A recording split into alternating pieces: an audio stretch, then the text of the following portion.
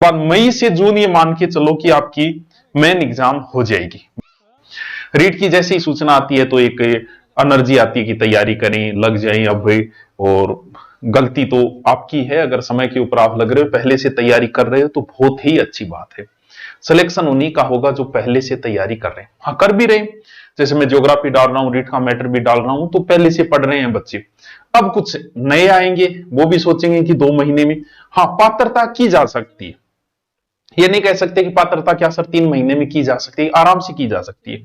अगर आप थोड़ा सा सही दिमाग लगा ले कि इनमें से कौन कौन सी चीज मुझे आती है, कौन कौन सी चीज मुझे पढ़नी चाहिए, अगर थोड़ा सा सेट कर ले। क्योंकि पात्रता के बाद जो मुख्य परीक्षा है उसमें आपको 4 से 5 महीने मिल जाएंगे। यानी दिवाली के नजदीक मान के चलो फॉर्म भरने शुरू हो जाएंगे, दिवाली के बाद या दिवाली से पहले लगभग।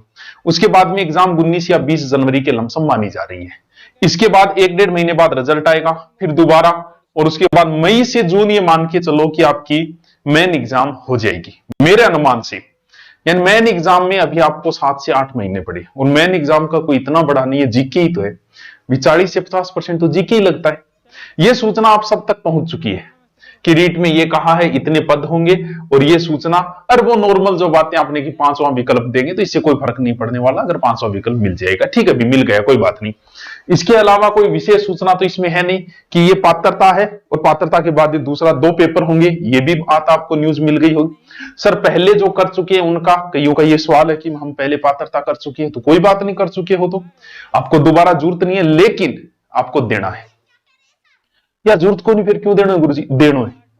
पेपर देने से आपको बड़ा अनुभव होता है, क्या फर्क पड़ जाए, 500-1000 रुपए लग जाएंगे, आपको फॉर्म भरना है, जैसे ही फॉर्म भरने शुरू हो और पेपर भी आपको देना, आपको नया अनुभव मिलेगा, दोबारा हो जाएगा, क्या फर्क पड़ना। बाकी जरूरत नहीं है पहले जो कर चुके हैं वो मैन पे फोकस रखे, लेकिन मैन पे रखोगे तो भी ये क्लियर हो जाएगा, आपका प्री कर दोगे आप आराम से, बस थोड़ा सा धैर्य रखे।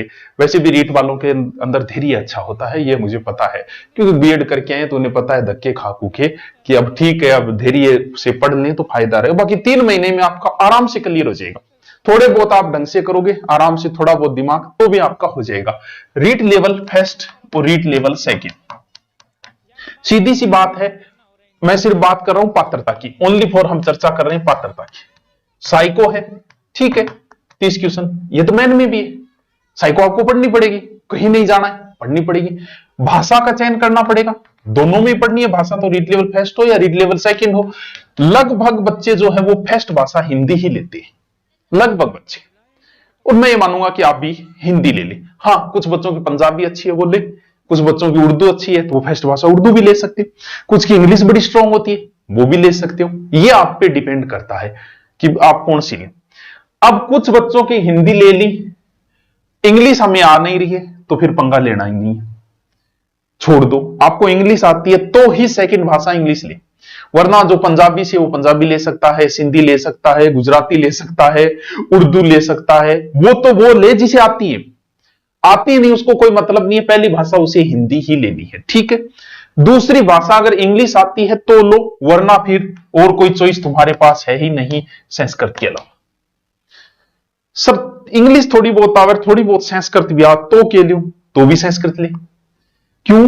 क्योंकि हिंदी और संस्कृत बहुत सारी चीजें तो कॉमन हो जाती है, संधि समास उपसर्ग पढ़ते रहिए, कुछ चीजें कॉमन हो जाती है, थोड़ा बहुत आप पढ़े तो दोनों में काम चल जाता है, इसीलिए ज्यादा फायदा रहेगा। फिर तुझे पात्र ही तो बनना है, नॉर्मल 5-7 टॉपिक इसके पढ़ ले, बाकी हिंदी पढ़ ले, पात्रता से काम क्लियर हो जाएगा। भाई हिंदी तो सबको आती है सर, मन को नहीं आ, हिंदी की मेरी प्लेलिस्ट है, वर्ण से लेके सारे टॉपिक, यानी मैंने लोकोक्ति, मुहावरे, प्रायवाची, विलोम, ऐसा कोई टॉपिक नहीं छोड़ा है। हिंदी की प्लेलिस्ट में जाना, मैंने पूरी हिंदी करवा रखी है, और उससे बाहर कोई प्रश्न नहीं जाएगा, पूरी हिंदी का एक एक टॉपिक।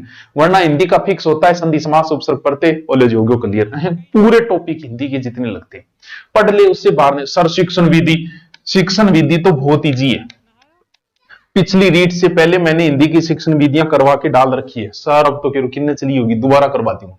हिंदी की शिक्षण विधियां जो है वो दोबारा करवा दूं, यही काम मेन में आएगी, ये यहां आएगी। फिर रीट लेवल फर्स्ट में आपके मैथ हो गई और पर्यावरण हो गया। कुछ बच्चों को पता नहीं होता क्योंकि नाम पर्यावरण दे रखा है, तो कुछ सोचते हैं पर्यावरण में वो लगता होगा क्षोभ मंडल, समताप मंडल, कार्बन डाइऑक्साइड।